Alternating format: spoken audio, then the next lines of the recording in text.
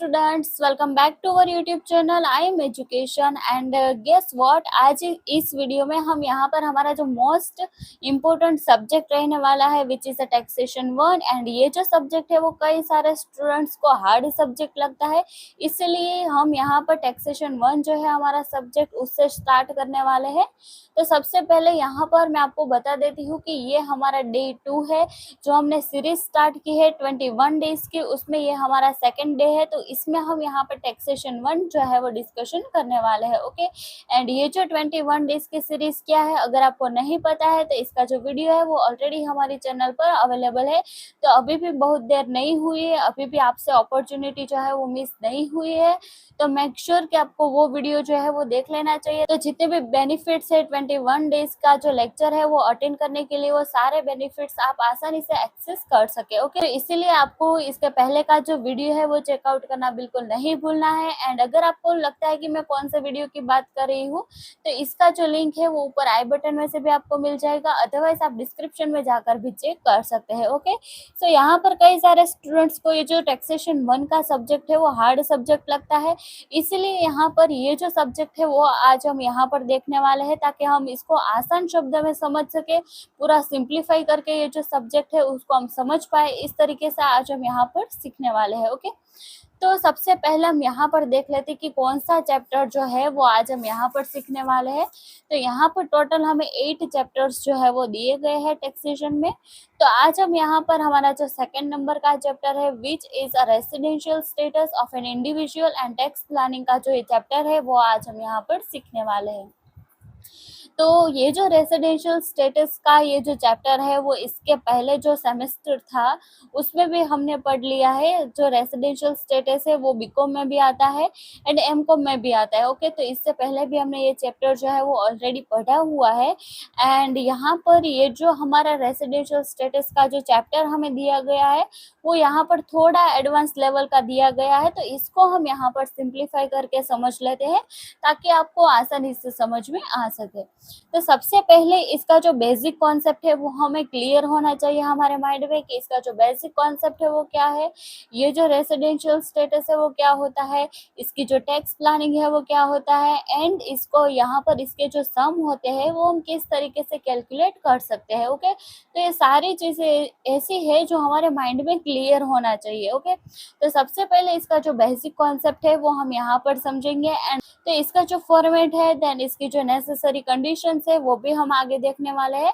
तो make sure कि आपको ये जो वीडियो है वो स्किप करे बिना पूरा एंड तक देखना है ताकि पूरा जो बेसिक कॉन्सेप्ट है वो आपको पूरा कंप्लीटली समझ में आ सके। ओके, एंड अगर आपको ये वीडियो जो है वो पसंद आए तो मेक श्योर कि लाइक दिस वीडियो, शेयर जरूर करना है इस वीडियो को अपने दोस्तों के साथ and subscribe to our channel.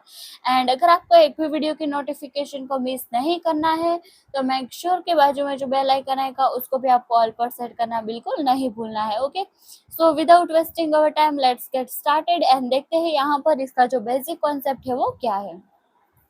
तो सबसे पहले यहाँ पर हमें एक वर्ड दिया गया है, जो हमारा टाइटल है उसी में हमारा ये वर्ड दिया गया है which is a residential status. Okay, तो सबसे पहले ये जो रेसिडेंशियल स्टेटस है वो होता क्या है वो हम यहाँ पर समझने वाले हैं। तो सबसे पहले हम यहाँ पर लिखेंगे रेसिडेंशियल स्टेटस।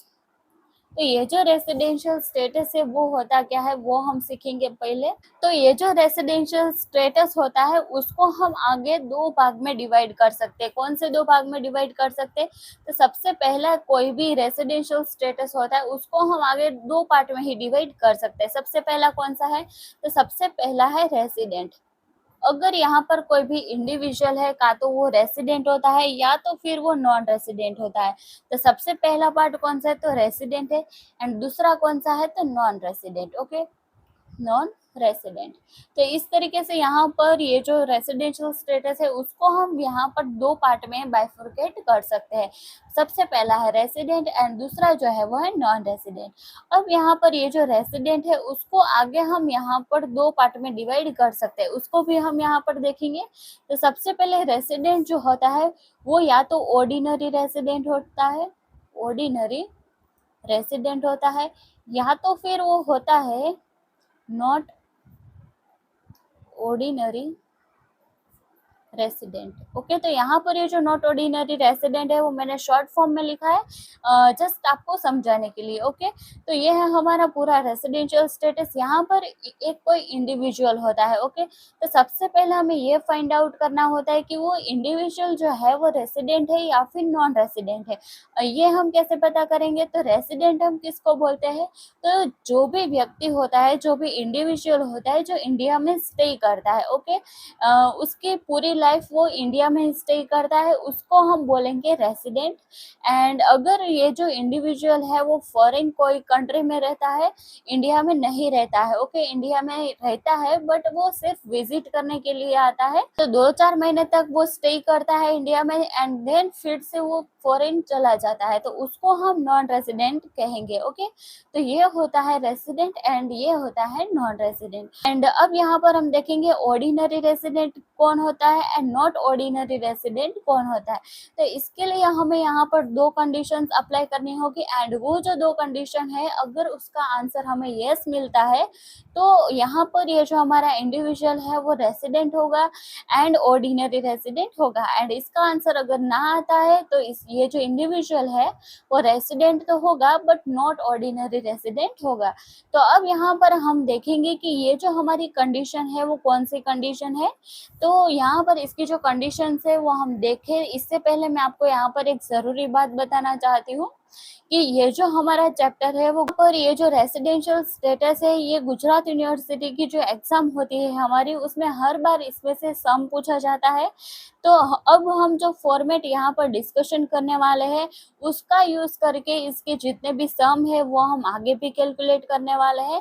तो यहाँ पर ये हमारे चैप्टर जो है वो हार्ड चैप्टर रहने वाला है। ये पूरा टैक्सेशन जो है वो हार्ड सब्जेक्ट है, तो इसीलिए ही यहाँ पर सबसे पहले हमने टैक्सेशन को चूज़ किया है ताकि आप इजी तरीके से इसको समझ सके। तो मेक श्योर कि आगे जो फॉर्मेट है वो आपको ध्यान से देखना है, ध्यान से पढ़ना है एंड अगर आपको इसको लिखना है तो आप साथ साथ में लिख सकते हैं ताकि आपको भी याद हो सके। ओके, तो अब यहाँ पर हम देखेंगे इसका फॉर्मेट। तो इसका जो फॉर्मेट है वो यहाँ पर मैंने पहले से ही राइट डाउन करके रख लिया है। तो इसका फॉर्मेट क्या है? तो यहाँ पर इसकी 2 बेसिक कंडीशन है। ओके, सबसे पहले हम यहाँ पर देखें तो यहाँ पर मैंने लिखा है नंबर 1 एंड यहाँ पर है सेकंड नंबर। ओके, तो इस तरीके से यहाँ पर 2 कंडीशंस अप्लाई होती है।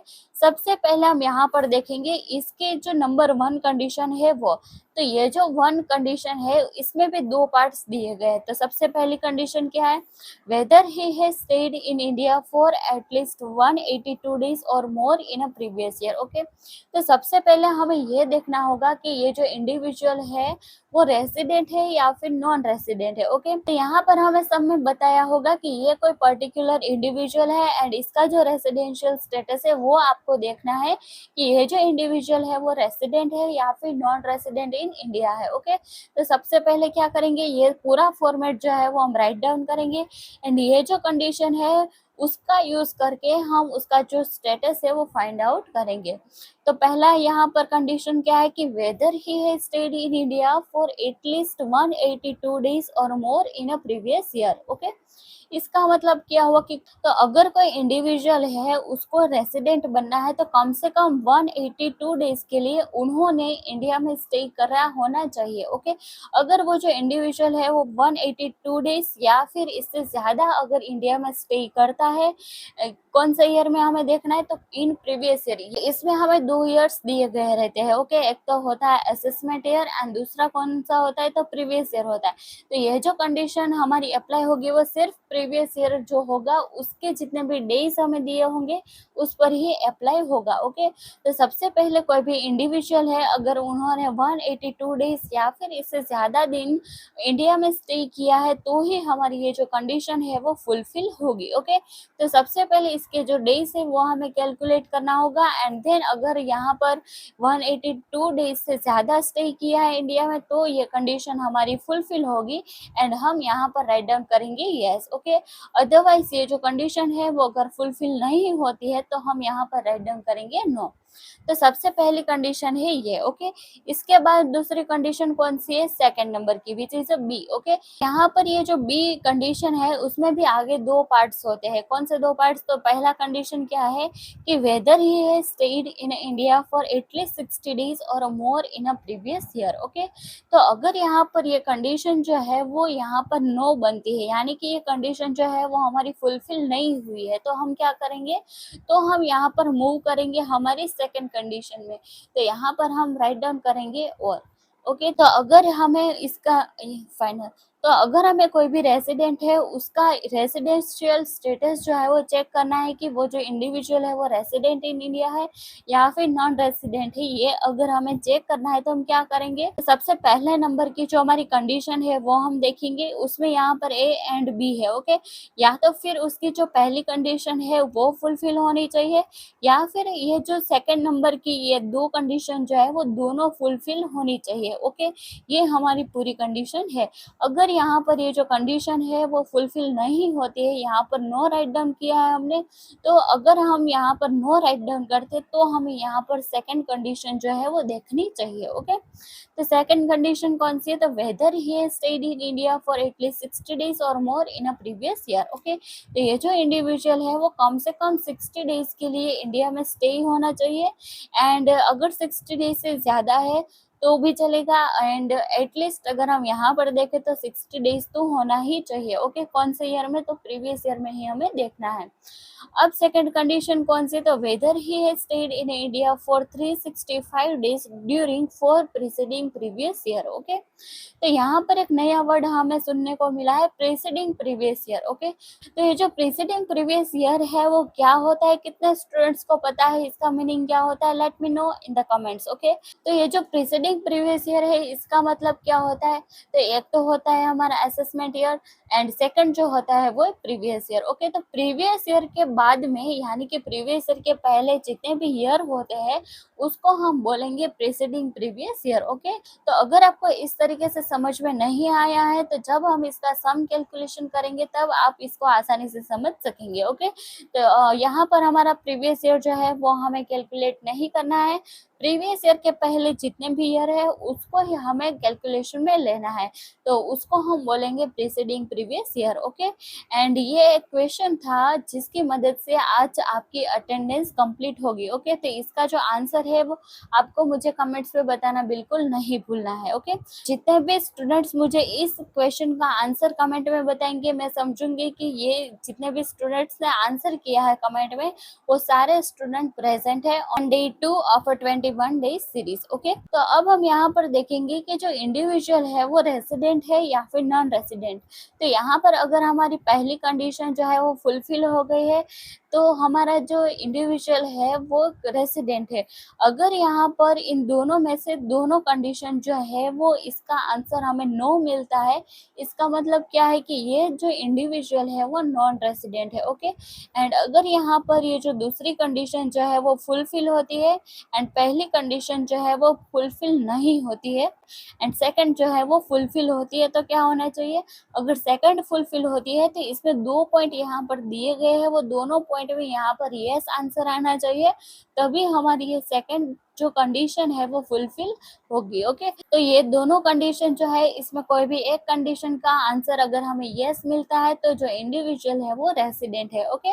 अब यहाँ पर हमें ये तो पता चल गया कि ये जो इंडिविजुअल है वो रेसिडेंट है या फिर नॉन रेसिडेंट। तो अब यहाँ पर हमारी जो सेकंड कंडीशन है वो हम देखेंगे। तो सेकंड कंडीशन में हमें क्या बताया है, तो यहाँ पर दो कंडीशन हमें इसमें दी है, ओके। तो यहाँ पर ये जो दो कंडीशन हमें दी गई है उसका यूज करके हम क्या फाइंड आउट कर सकेंगे, तो इसका हम यूज करके फाइंड आउट कर सकेंगे कि जो इंडिविजुअल है वो ऑर्डिनरी रेसिडेंट है या फिर नॉन ऑर्डिनरी रेसिडेंट, ओके। तो यहाँ पर है weather he has stayed in India for 730 days और मोर इन 7 प्रीसीडिंग प्रीवियस ईयर, ओके। तो यहाँ पर ये जो इंडिविजुअल है उसने 730 डेज तक इंडिया में स्टे करा होना चाहिए इन 7 preceding previous year, okay. And second क्या है कि weather he has stayed in India at least 2 years out of 10 years in a preceding previous year, okay. तो ये जो इंडिविजुअल है उन्होंने 2 इयर्स तक स्टे किया होना चाहिए इंडिया में out of 10 years in a preceding previous year, okay. तो अगर यहाँ पर इन दोनों कंडीशन में से कोई भी एक कंडीशन हमारी फुलफिल हो जाती है तो जो इंडिविजुअल है वो ऑर्डिनरी रेसिडेंट होगा। एंड अगर ये दोनों कंडीशन जो है फुलफिल नहीं होती है तो जो इंडिविजुअल है वो नॉट ऑर्डिनरी रेसिडेंट होगा। ओके, तो यहाँ पर ये जितनी भी कंडीशन हमने देखी है उन दोनों में सेम रूल ही अप्लाई होगा। अगर इन दोनों में से कोई भी एक कंडीशन जो है उसका आंसर अगर यस आता है एंड वो कंडीशन अगर हमारी फुलफिल होती है तो जो इंडिविजुअल है वो रेसिडेंट होगा या फिर नॉन रेसिडेंट होगा। एंड सेकंड में क्या है कि इन दोनों में से अगर कोई भी एक कंडीशन फुलफिल हो गई तो जो इंडिविजुअल है वो ऑर्डिनरी रेसिडेंट होगा या फिर नॉन ऑर्डिनरी रेसिडेंट। ओके, तो आई होप कि इसका जो कॉन्सेप्ट है वो आपको क्लियरली समझ में आ गया होगा। अब इसका हम फर्दर सॉल्यूशन देखते हैं। ओके, तो यहाँ पर हमें दिया गया है, सबसे पहले हम इसका जो टाइटल है वही देखेंगे। तो सबसे पहले इसका जो टाइटल है वही हमें पता होना चाहिए कि इसका मतलब क्या होता है। ओके, तो रेसिडेंशियल स्टेटस जो है वो तो हमने देख लिया कि ये एक्चुअली में होता क्या है। अब सेकंड हमें यहाँ पर दिया गया है and tax planning. Okay, tax planning actually में टैक्स प्लानिंग होता क्या है ये हम यहाँ पर देखेंगे। तो टैक्स प्लानिंग हम कैसे कर सकते हैं, तो जब भी कोई हमारी इनकम होती है तब हम इसका जो टैक्स प्लानिंग है वो प्लान कर सकते हैं। तो सबसे पहले हम देखेंगे कि इनकम कितने टाइप्स की होती है, कितने स्टूडेंट्स को पता है इनकम कितने टाइप्स की होती है। तो अब यहाँ पर ये जो इनकम है वो दो टाइप की होती है। ओके, सबसे पहला टाइप जो है वो इंडियन इनकम होती है एंड सेकंड जो टाइप है वो फॉरेन इनकम होती है। ओके, तो इंडियन इनकम कौन सी इनकम होती है एंड जो फॉरेन इनकम होती है वो कौन सी इनकम होती है, हमें कैसे पता चलेगा।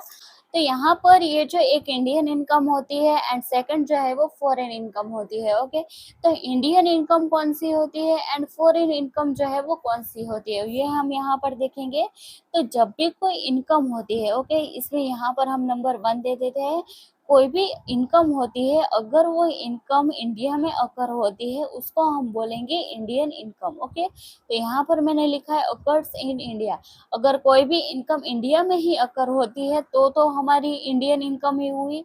एंड सेकंड कौन सी है यहाँ पर, तो जो भी इनकम है जो फॉरेन में अर्न की है हमने। ओके, कोई भी फॉरेनर है उन्होंने फॉरेन में अर्न की है वो इनकम, बट वो इनकम जो है वो कहाँ पर रिसीव हुई है, तो यहाँ पर हम लिख देते हैं रिसीव्ड इन इंडिया। ओके, अगर कोई भी इनकम है जो हमने इंडिया में रिसीव की है तो भी वो इंडियन इनकम ही होती है।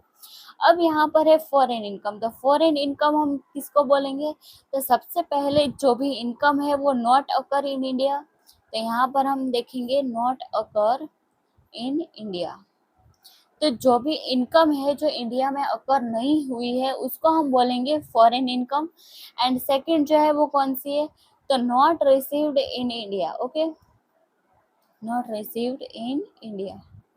तो यहाँ पर बेसिक सी चीज़ है यहाँ पर कि जो भी इनकम है जो इंडिया में ही अकर हुई है या फिर फॉरेन में से इंडिया में रिसीव हुई है वो हमारी इंडियन इनकम होगी।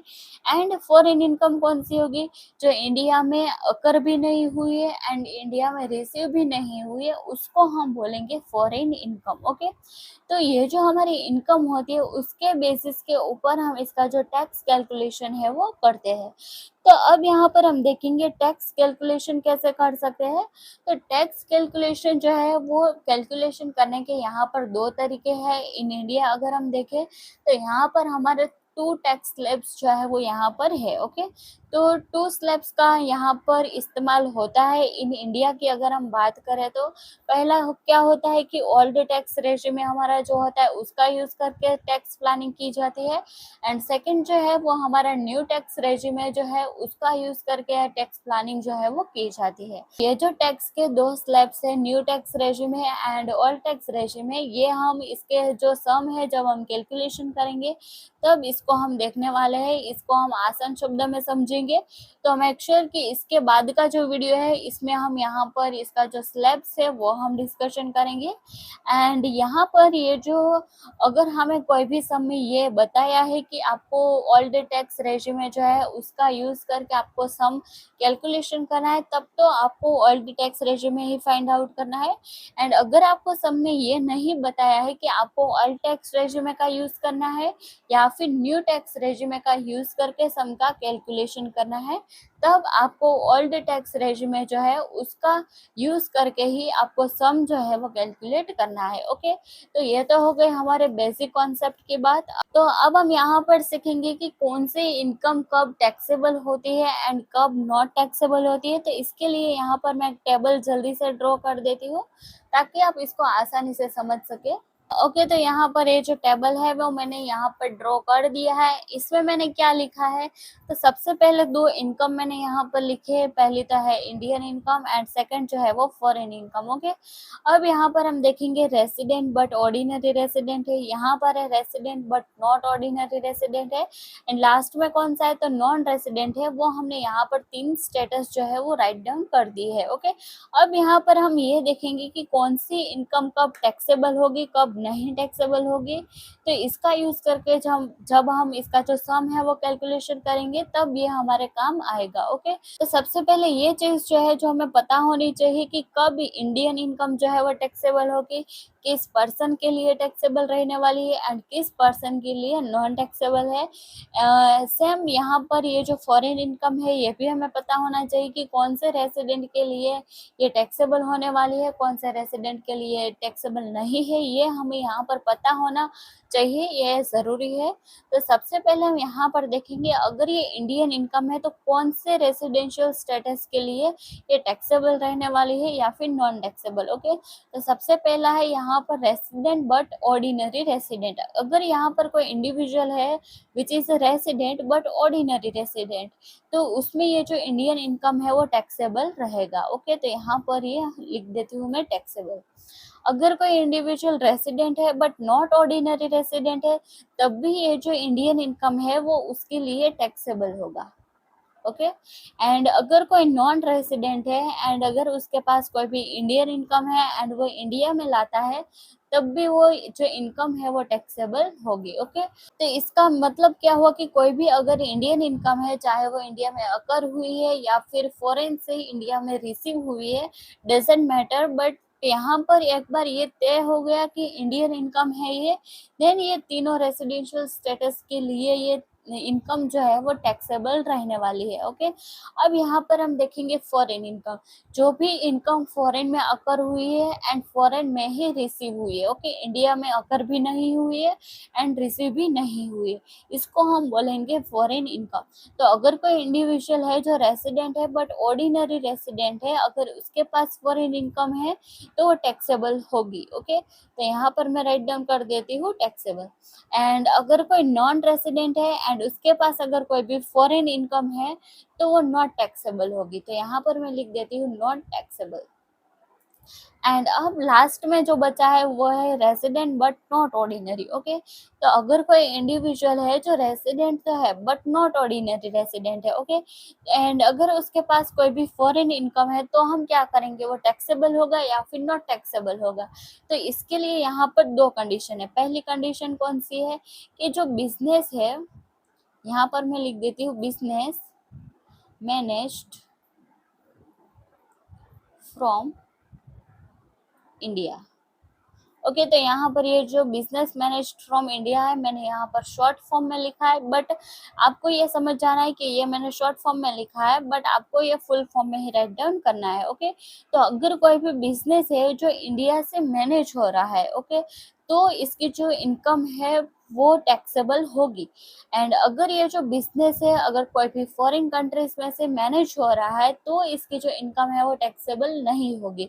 मीन्स यहाँ पर अगर एक बार ये जो हमारी कंडीशन होगी उसमें लिखा होगा कि ये जो पर्टिकुलर बिजनेस है वो इंडिया से मैनेज हो रहा है, तब इसकी जो इनकम है वो टैक्सेबल होगी। एंड इसकी जो दूसरी कंडीशन है वो क्या है, तो दूसरी कंडीशन है business situated in India, situated in India. Okay, तो अगर कोई भी बिजनेस है जिसका हेड क्वार्टर है जो इंडिया में सिचुएटेड है, ओके, इंडिया में सिचुएटेड हेड क्वार्टर है, बट इसके जो ब्रांचेस है डिफरेंट डिफरेंट कंट्रीज में सिचुएटेड है, वो मैटर नहीं करता है। What really matter is business का हेड क्वार्टर, ओके, बिजनेस का जो हेड क्वार्टर है वो इंडिया में होना चाहिए, तो इसकी जितने भी इनकम है वो टैक्सेबल होगी। ओके, तो यहाँ पर ये दो कंडीशन है, ये दो कंडीशन फुलफिल होनी चाहिए, तभी इसकी जो इनकम है वो टैक्सेबल होगी।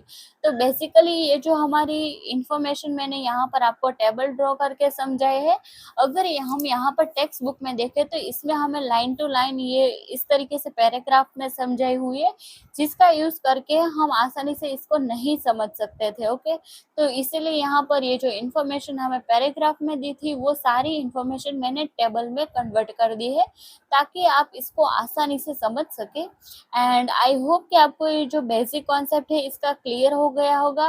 एंड अगर आपको अभी भी समझ में नहीं आया है तो मेक श्योर कि ये जो वीडियो है उसको आप फिर से देख सकते हैं। तो आई होप कि आपको ये जो बेसिक कॉन्सेप्ट है वो क्लियरली समझ में आ गया होगा। एंड अभी भी आपको ये समझ में नहीं आया है, कोई भी प्रॉब्लम है, कोई भी क्वेरी है, तो मेक श्योर कि feel free to let me know in the comment section and you will get answer as soon as possible. Okay, and यहाँ पर हम डे 3 में इसका जो सम है वो कैलकुलेशन करने वाले हैं।